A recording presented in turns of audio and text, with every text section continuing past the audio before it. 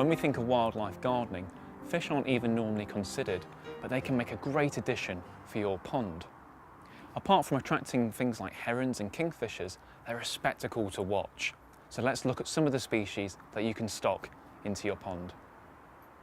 So these are crucians, and if they look a little bit like goldfish, it's no coincidence because they're in the same family. But that's actually a problem. Goldfish will hybridise with crucians, a little bit like the Scottish wildcat situation. So finding pure crucians is incredibly rare in the wild. So if you keep them in your garden pond, you're helping a UK BAP species. This is a tench. And you get them when they start off that sort of size, but they soon grow. So you need to make sure that your pond can cope with the size of the fish, so don't put too many into a small pond. Just like crucians, they're built for pond life. They've got rounded fins, and they mainly feed on the bottom. They're not predatory fish, they don't chase small invertebrates, so they can quite happily coexist with dragonfly larvae and tadpoles, and they make a great addition to the wildlife pond.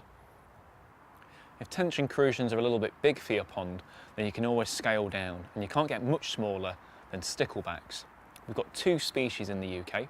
The free-spined stickleback is much more common, found pretty much all over the UK, and these are ideal for small ponds. Often they end up on the menu of things like newts and diving beetles.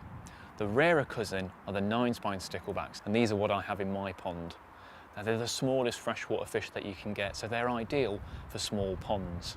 The difference between a 9-spine and a free spine, as you might expect, is the spines on the back.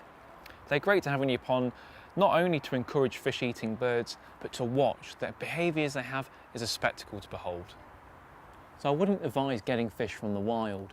The best bet is to go for a licensed fish dealer or a garden centre.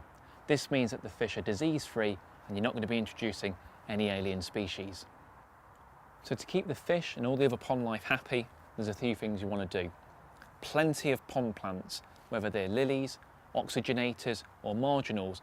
That means that they can hide in the roots, and they also keep the water clean and full of oxygen, which is vital for the fish. Having a few rocks or sunken debris will really help. It gives the fish somewhere to hide from predators and also rummage around for food. A varied depth is very helpful as well. So deeper areas for the winter where they can go into a semi-hibernation, and shallower areas where they can warm up in the spring.